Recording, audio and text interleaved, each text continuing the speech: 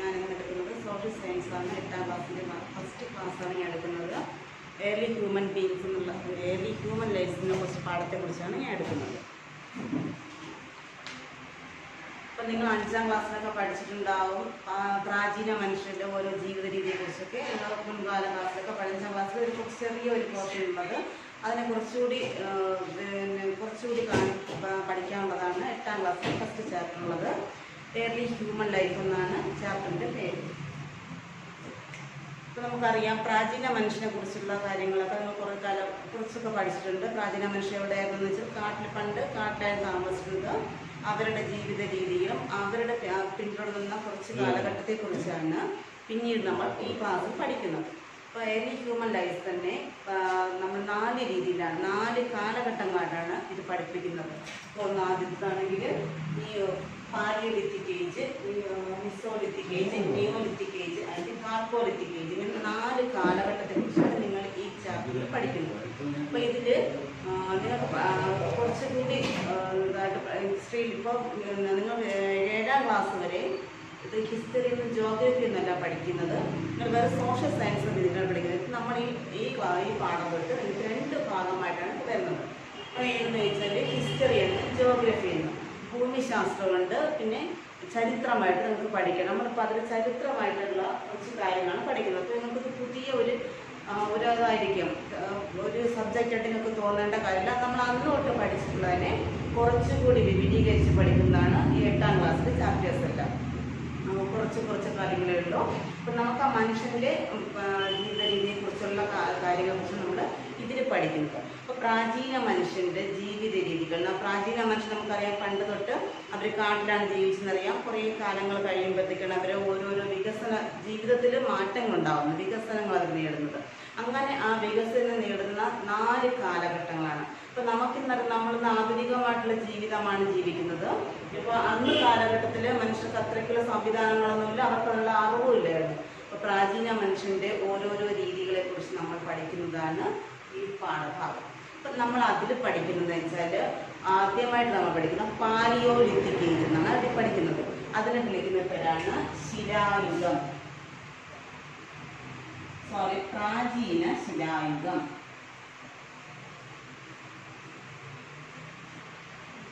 ശിലായുഗം തന്നെ 3 തരത്തിലാണ് കാണപ്പെടുന്നത്. ശിലായുഗത്തിന് നമ്മൾ അന്നത്തെ കാലഘട്ടം 3ആയിട്ട് തിരിക്കുന്നുണ്ട്. നമ്മളിപ്പോൾ ഓരോ മനുഷ്യന്റെ വികസനത്തെക്കുറിച്ച് നമ്മൾ 4ആയിട്ട് തിരിക്കുന്നുണ്ട്. അത് നമ്മൾ ആദ്യം പഠിക്കുന്ന ശിലായുഗത്തെക്കുറിച്ചാണ്. ആ ശിലായുഗം നമ്മൾ 4ആയിട്ട് തരംതിരിക്കുന്നു. ഏതൊക്കെയെന്ന് വെച്ചാൽ പാലിയോലിത്തിക് ഏജ് പ്രാചീന ശിലായുഗം, മിസോലിത്തിക് ഏജ് മധ്യശിലായുഗം.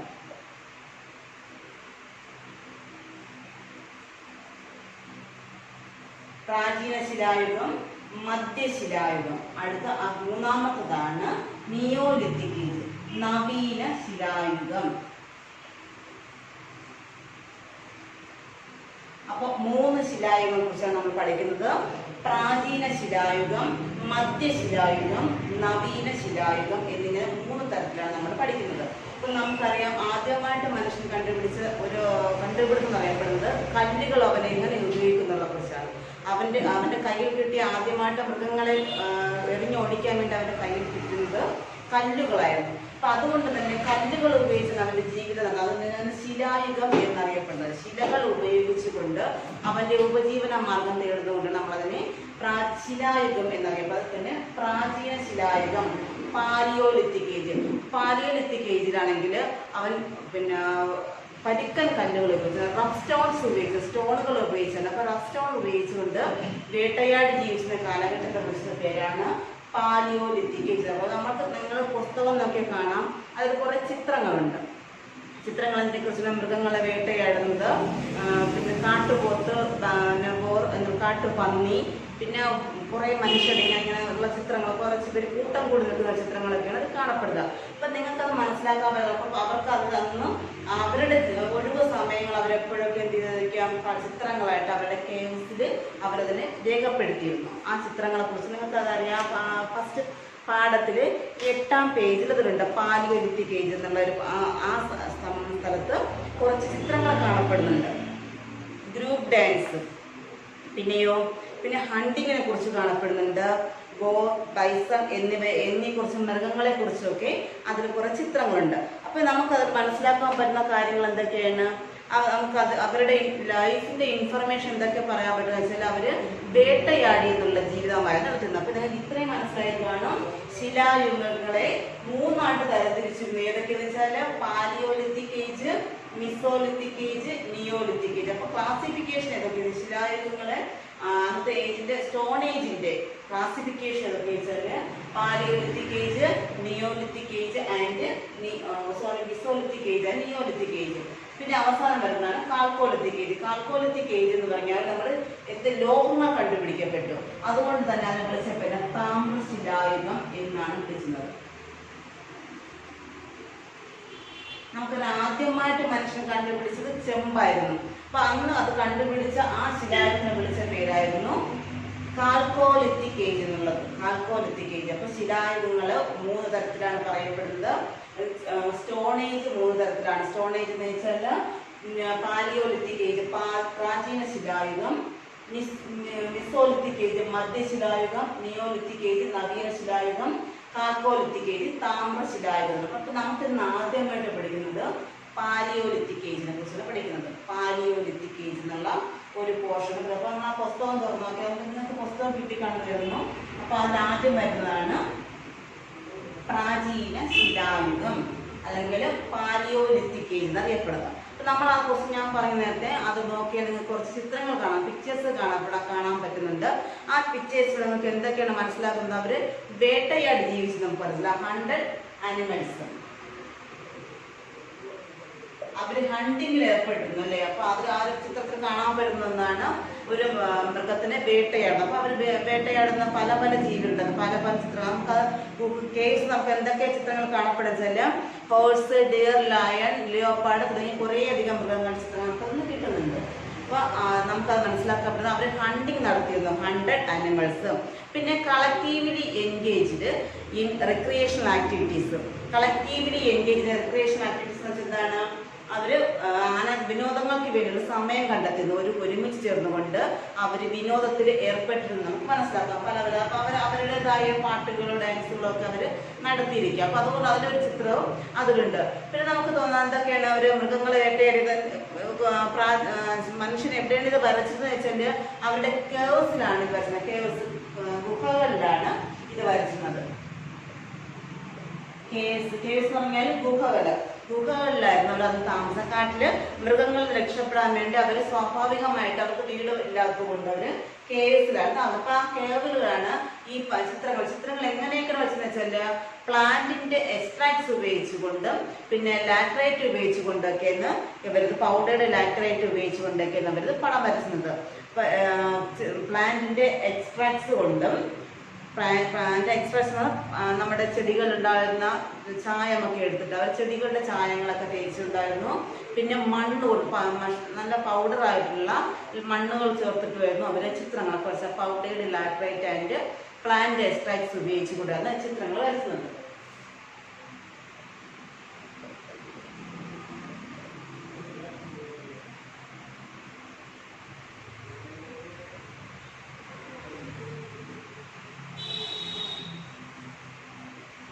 പൗഡേർഡ് ലാറ്ററൈറ്റ് ഉപയോഗിച്ചു. അപ്പൊ ഹണ്ടിങ് നടത്തിയിരുന്നു. പിന്നെ അവർ കളക്റ്റീവായിട്ട് അവരുടെ റിക്രിയേഷണൽ ആക്ടിവിറ്റീസുകളിലൊക്കെ ഏർപ്പെട്ടിരുന്നു.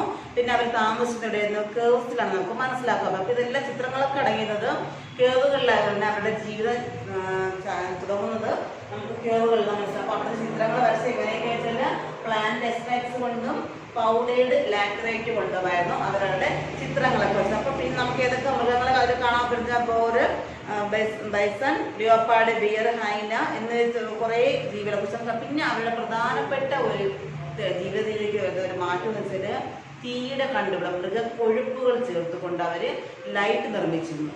മൃഗക്കൊഴുപ്പുകൾ അനിമൽസിന്റെ ഫാറ്റ് ഉപയോഗിച്ചുകൊണ്ട്.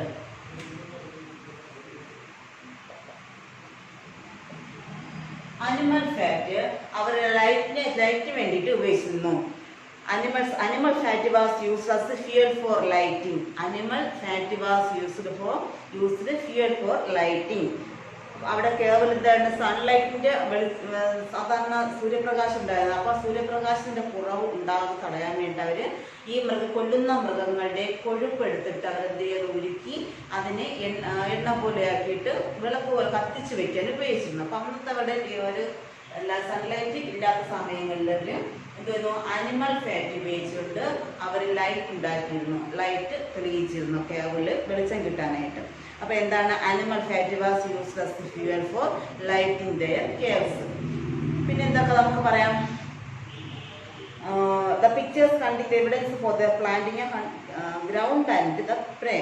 അപ്പോൾ അവർക്ക് എന്താ ഗ്രൗണ്ട് അതിൻ്റെ ഇവർ വേട്ടയാടുന്നതിനുള്ള സ്ഥലങ്ങൾ ഇരയെ തേടിപ്പിടിക്കുന്ന സ്ഥലങ്ങളൊക്കെ അവർ മുൻകൂട്ടി നിശ്ചയിച്ച് വെച്ചിട്ടുണ്ടായിരിക്കും. അങ്ങനെ അനുസരിച്ചാണ് ഈ പരുക്കൻ കല്ലുകൾ ഉപയോഗിച്ചുകൊണ്ട് ഇവർ വേട്ടയാടത്തിൽ അവർ ഇറങ്ങിയായിരിക്കും എന്ത് ചെയ്യുക അന്നത്തെ ജീവികളേക്ക് പിടിക്കാൻ ശ്രമിക്കുന്നത്. അപ്പോൾ അതാണ് പ്രധാനമായിട്ട് ഇതിൽ വരുന്നത്. അപ്പോൾ ഒന്നുകൂടി പറഞ്ഞുതരാം. പാലിയോലിത്തിക് ഏജ് അല്ലെങ്കിൽ മധ്യശിലായുഗം, അതിൽ അവർ താമസിക്കുന്നത് കേവുകളിലായിരുന്നു. നമ്മൾ ആ കുറച്ച് ചിത്രങ്ങൾ നമുക്ക് മനസ്സിലാക്കാൻ പറ്റുന്നുണ്ട്.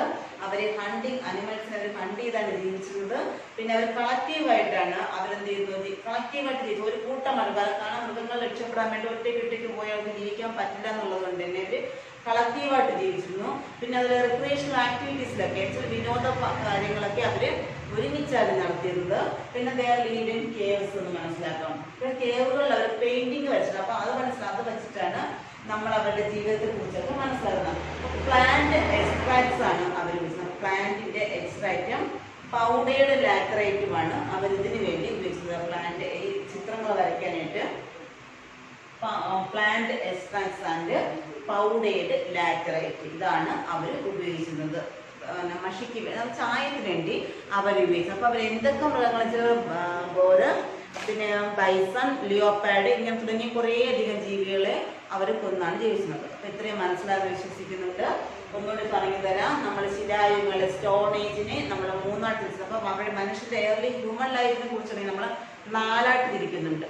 ആ 4 ചില palaeolithic age, mesolithic age, neolithic age and chalcolithic age. പ്രാചീന ശിലായുഗം, പിന്നെ മധ്യശിലായുഗം, നവീന ശിലായുഗം, പിന്നെ താമ്രശിലായുഗം എന്നിങ്ങനെ അറിയപ്പെടുന്നത്. അപ്പോൾ 4 ശിലായുഗങ്ങൾ. ഇതിൽ നമ്മൾ പഠിക്കുന്നത് സ്റ്റോൺ ഏജിലാണ് വരുന്നത്. പ്രധാനമായിട്ടും 3ആണ്. സ്റ്റോൺ ഏജ് അവർ കല്ലുകൾ ഉപയോഗിച്ച് വേട്ടയാടിയിരുന്ന 3 കാലത്താണ്. അപ്പം ആദ്യമായിട്ട് അവർ പരുക്കൻ കല്ലുകൾ ഉപയോഗിച്ചത്. രണ്ടാമത്തെ അവർ എന്ത് ചെയ്തു, കുറച്ചുകൂടി കൂർത്ത ഷാർപ്പായിട്ടുള്ള സ്റ്റോണുകൾ ഉപയോഗിക്കുന്ന കാലഘട്ടമായിരുന്നു മിസോലിത്തിക് ഏജ്, മധ്യശിലായ മൃഗങ്ങളെയൊക്കെ ഇണക്കി വളർത്തിയിട്ട് അവരുടെ ജീവിതത്തിൽ തുടങ്ങിയ കാലഘട്ടമായിട്ട് മിസോലിത്തിക്. പിന്നെ കുറച്ച് പറഞ്ഞുതരാം. അപ്പൊ ആദ്യമായിട്ടുള്ളതാണ് പ്രാചീന ശില. റഫ് സ്റ്റോൺസ് ഉപയോഗിച്ചുകൊണ്ട് ഹണ്ടിങ് നടത്തിയിരുന്ന ഒരു കാലഘട്ടമാണ് ഈ പ്രാചീന ശില. റഫ് സ്റ്റോൺസ് ഉപയോഗിച്ചുകൊണ്ട് ഹണ്ടിങ് നടത്തിയിരുന്ന ഒരു കാലഘട്ടമായിരുന്നു ഏതെന്ന് പ്രാചീന ശിലായുഗം. ഏത് പ്രാചീന ശില? Palaeolithic age. നിങ്ങൾ കുറച്ചുകൂടിയാണ് കുറച്ച് മനസ്സിലാക്കാൻ പ്രയാസമായിരിക്കും. ഇപ്പം പുതിയ വാക്കുകളാണ്. കുറച്ചുകൂടെയൊക്കെ ശ്രദ്ധിച്ചിരുന്നാൽ കുറച്ചുകൂടെയൊക്കെ മനസ്സിലാക്കാൻ പറ്റുന്നുണ്ട്. അപ്പൊ പ്രാചീന ശിലായുഗം, പാലിയോലിത്തിക് ഏജ്. അപ്പൊ പാലിയോലിത്തിക് ഏജിന്റെ കാര്യങ്ങൾ നമുക്ക് അറിയണം. നമുക്ക് എവിടെ നിന്നാണ് അതൊക്കെ കിട്ടുന്നത്? പണ്ട് കാലത്തുള്ള ഗുഹകളിൽ നിന്ന് അതിന്റെ അവശിഷ്ടങ്ങളിൽ നിന്നൊക്കെ നമുക്ക് അതൊക്കെ കിട്ടുന്നത്. അപ്പൊ അതെവിടെ നിന്നാണ്? അന്ന് കാലത്ത് ഇന്ത്യയിൽ ഭീംബേട്ക എന്ന സ്ഥലത്തൊക്കെ ഇതിന്റെ അവശിഷ്ടങ്ങൾ ഇപ്പോഴും കാണപ്പെടുന്നുണ്ട്. അങ്ങനെ അപ്പൊ പിന്നെ സ്പെയിൻ, അൾട്ടാമിര ഇങ്ങനെയൊക്കെയുള്ള സ്ഥലങ്ങളിൽ നിന്നാണ് നമുക്കിതിന്റെ കുറച്ച് അവശിഷ്ടം നമുക്ക് കിട്ടുന്നത്. അത് പഠിച്ചിട്ടാണ് നമ്മളത് വസ്തുനിഷ്ഠമായിട്ട് പഠിച്ചുകൊണ്ടാണ് നമ്മളിതിനെ ഓരോരോ കാലഘട്ടമായിട്ട് തിരിച്ചത്. അപ്പൊ ആദ്യമായിട്ട് വരുന്നത് പാലിയോലിത്തിക് ഏജ്. പാലിയോലിത്തിക് ഏജിന്റെ കാലഘട്ടത്ത് മനുഷ്യൻ താമസിക്കുന്നത് ഗുഹകളിലായിരുന്നു. അവർ വേട്ടയാടിയായിരുന്നു ജീവിച്ചത്. വേട്ടയാടുന്ന മൃഗങ്ങൾ ഏതൊക്കെയെന്ന് വെച്ചാൽ ബൈസൺ, ഡോറ്, ലിയോപാഡ് തുടങ്ങിയ ഹൈന തുടങ്ങിയ എല്ലാ മൃഗങ്ങളെയൊക്കെ അവർ കിട്ടുന്ന മൃഗങ്ങളെയൊക്കെ അവർ കൊന്നുവെക്കി അവരുടെ ഭക്ഷണമാക്കിയിരുന്നു. എന്നിട്ട് ഈ മൃഗക്കൊഴുപ്പൊക്കെ എന്ത് ചെയ്തിരുന്നു? അവർ ലൈറ്റ് ചെയ്യിക്കാൻ വേണ്ടി ഉപയോഗിച്ചു. അതാണ് ഇവരുടെ ഏറ്റവും വലിയ ഒരു നേട്ടമൊന്നും നോക്കാനാണ്. കാരണം തീയുടെ കണ്ടുപിടുത്തമൊക്കെ ഉണ്ടായിരുന്നു. അപ്പൊ നമുക്ക് മനസ്സിലാക്കാൻ പറ്റുന്നുണ്ട് അവരെന്ത് വെച്ചാണ് ഇത് പടം വരച്ച് ഈ ചിത്രങ്ങൾ വരച്ചത്. Plant extracts and powdered laterite. Plant extracts and powdered laterite ഉപയോഗിച്ചുകൊണ്ട് അവർ ഈ ചിത്രങ്ങളൊക്കെ ഉണ്ടാക്കിയിരുന്നത്. അപ്പൊ അനിമൽ ഫാക്ട് ഉപയോഗിച്ച് അവര് ലൈറ്റ് ചെയ്തിരുന്നു, ലൈറ്റ് തെളിയിച്ചിരുന്നു, വിളക്ക് തെളിയിച്ചിരുന്നു. അനിമൽ ഫാക്ട് ഉപയോഗിച്ചത് used animal fat for light their cats. അതുപോലെ used plant extract and powdered laterite for painting. ഇത്രയും മനസ്സിലായ പാലിയോലിത്തിക് ഏജിൽ നമുക്ക് ഇനി കുറച്ച് അവശിഷ്ടങ്ങൾ കണ്ടെത്തുക. റെസിഡ്സ് ഫൗണ്ട്. റെസിഡ്സ് നമുക്ക് എന്തൊക്കെയാണ്? റെസിഡ്സ് ഓഫ് കുക്ക്ഡ് ഫുഡ്സ്, പാകം ചെയ്ത ഭക്ഷണ സാധനങ്ങളുടെ അവശിഷ്ടങ്ങൾ. പിന്നെയോ bones and skulls of animals, മൃഗങ്ങളുടെയൊക്കെ പിന്നെ തലയോട്ടുകളും എല്ലുകളും ഇട്ടുണ്ട്. പിന്നെ ലെഫ്റ്റ് ഓവർ ഫ്രൂട്ട്സ്, വെജിറ്റബിൾസ്. പിന്നെയോ ഫ്രഷ് വാട്ടർ ഫിഷ്, ഇതെല്ലാം നമുക്ക് അവരുടെ തെളിവായിട്ട് നമുക്ക് കിട്ടിയിട്ടുണ്ട്. അപ്പോൾ അവരെന്തൊക്കെയാണ് നമുക്ക് അതിൽ നിന്നുള്ള അവരുടെ കിട്ടിയിട്ടുള്ള അവശിഷ്ടങ്ങൾ ഏതൊക്കെയെന്ന് വെച്ചാൽ എന്തൊക്കെയാണ്? Cooked fruits. പിന്നെ മാറ്റിയാൽ മനസ്സിലായെന്ന് വിശ്വസിക്കുന്നു. അപ്പൊ റെസീഡ്സ് എന്നൊക്കെ ഏതൊക്കെയാണ് കിട്ടുക? റെസീവ്ഡ് എന്നൊക്കെ ഏതൊക്കെയാണെന്ന് വെച്ചാല് കുക്ക്ഡ് ഫുഡ്സ്, ഫുഡ് ഉണ്ടായിരുന്നു. പിന്നെ ബോൺസ് ആൻഡ് സ്കൾസ്, പിന്നെയോ bones and skulls of animals, left over fruits and vegetables.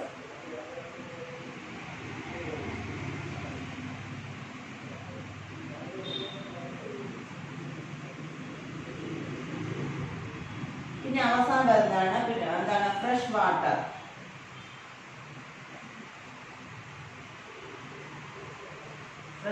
ഫിഷിന്റെ കാര്യം പറഞ്ഞു. അപ്പം നമുക്ക് റിസൾട്ട്സ് കിട്ടുന്നത് കുക്ക്ഡ് ഫുഡ്, പാകം ചെയ്ത ഭക്ഷണങ്ങളുടെ അവശിഷ്ടം നമുക്ക് കിട്ടുന്നുണ്ട്. പിന്നെ ബോൺസ് ആൻഡ് സ്കൾസ്, അനിമൽസിന്റെ ബോൺസ് ആൻഡ് സ്കൾസിന്റെ അവശിഷ്ടങ്ങൾ, ഫ്രൂട്ട്സ് ആൻഡ് വെജിറ്റബിൾസ്, പിന്നെ ഫ്രഷ് വാട്ടർ ഫിഷ്. ഇതൊക്കെ ഇതിന്റെയൊക്കെ അവശിഷ്ടങ്ങളിലാണ് നമുക്ക് ഈ കേബുകളിൽ നിന്നുള്ളതിനെ കുറിച്ച് നമ്മൾ പഠനം നടത്തിയത്. അപ്പോൾ അതിന്റെ കേബിൾ നമുക്ക് എന്തൊക്കെ കിട്ടിയെന്ന് വെച്ചാല് പാകം ചെയ്ത ഭക്ഷണങ്ങൾ, മൃഗങ്ങളുടെ തലയോട്ടുകളെയും എല്ലുകളും കിട്ടുന്നുണ്ട്. പിന്നെ ഫ്രൂട്ട്സ് ആൻഡ് വെജിറ്റബിൾസ്, പഴങ്ങൾ, പച്ചക്കറിയുടെ അവശിഷ്ടങ്ങൾ, ഫ്രഷ് വാട്ടർ ഫിഷ്. അപ്പൊ നമുക്ക് മനസ്സിലാക്കാം ശുദ്ധജല മത്സ്യങ്ങളൊക്കെ അവിടെ അന്ന് ആ സമയത്ത് അവർ വേട്ടയാടി ഭക്ഷണമാക്കിയിരുന്നു മനസ്സിലാക്കാം. ഭക്ഷണമായിട്ട് ഫിഷ് ഉപയോഗിച്ചിരുന്നു. ഇത്രയും അറിയാലോ. അപ്പൊ അതിനൊക്കെ നമുക്ക് എന്തൊക്കെ മനസ്സിലാക്കുക വെച്ചാല് അവര് ഫുഡ് കുക്ക് ചെയ്തിരുന്നു.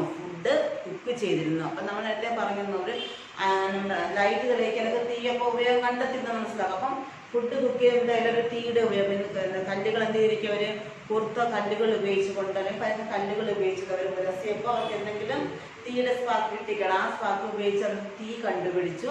ആ തീ കണ്ടുപിടിച്ചതാണ് അവര് ഫുഡ് കുക്ക് ചെയ്യാൻ തുടങ്ങിയത്. അപ്പൊ cooked food, bones and skulls of animals, fruits and vegetables, fresh water fish, ഇതൊക്കെ അവര് ഭക്ഷണമായിട്ട് ഉപയോഗിച്ചിരുന്നു.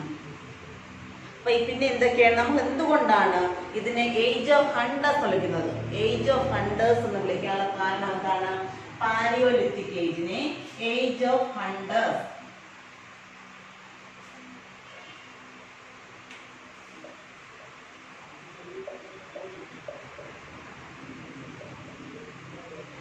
ഏജ് ഓഫ് ഹണ്ടേഴ്സ് എന്ന് വിളിക്കേണ്ട കാരണം നമുക്ക് എന്തൊക്കെ പറയാം? Paleolithic age human hunted animals collectively. ഇപ്പൊ പാലിയോലിത്തിക് ഏജിലാണെങ്കിൽ ഇവര് കളക്റ്റീവായിട്ടായിരുന്നു എന്ത് ചെയ്യുന്നത്? ഈ മൃഗങ്ങളെയൊക്കെ വേട്ടയാടുന്നത്. Paleolithic age human hunted collectively. അപ്പൊ മനുഷ്യൻ ഒരുമിച്ച് ചേർന്നിട്ടാണ് എന്ത് ചെയ്യുന്നത്? ഈ മൃഗങ്ങളെയൊക്കെ വേട്ടയാടുന്നത്. അപ്പൊ stronger among them led the group.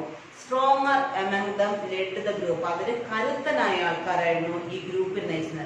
അതിൽ സ്ട്രോങ് ആയിട്ടുള്ള അയാളായിരിക്കും അതിൽ ലീഡറായിരിക്കും. The stronger among them led the group. അപ്പൊ Palaeolithic age human hunted collectively. അപ്പൊ മൃഗങ്ങളെയൊക്കെ അവർ വേട്ടയാടുന്നത് കളക്റ്റീവായിട്ടായിരുന്നു. പിന്നെ എന്താ പറയാ, നമുക്ക് അവരെന്ത് ചെയ്തിരുന്നു? അതിൽ സ്ട്രോങ് ആയിട്ടുള്ള ഒരാളെ അവർ ലീഡറാക്കിയിരുന്നു. ആ ഗ്രൂപ്പ് കൂട്ടമായിട്ടാണ് പോകുന്നത് തന്നെ അവര് ഗ്രൂപ്പായിട്ട് തിരിഞ്ഞ് പോകുമായിരുന്നു. അപ്പൊ കാര്യം കളക്റ്റീവായിട്ട് പോകുമായിരുന്നു. പിന്നെ നമുക്ക് എന്താ പറയാനുള്ളത്? ഇതിൽ പറയുന്നത് ദേ ഏറ്റ് ഫ്ലഷ് ഹണ്ടഡ് അനിമൽസ്.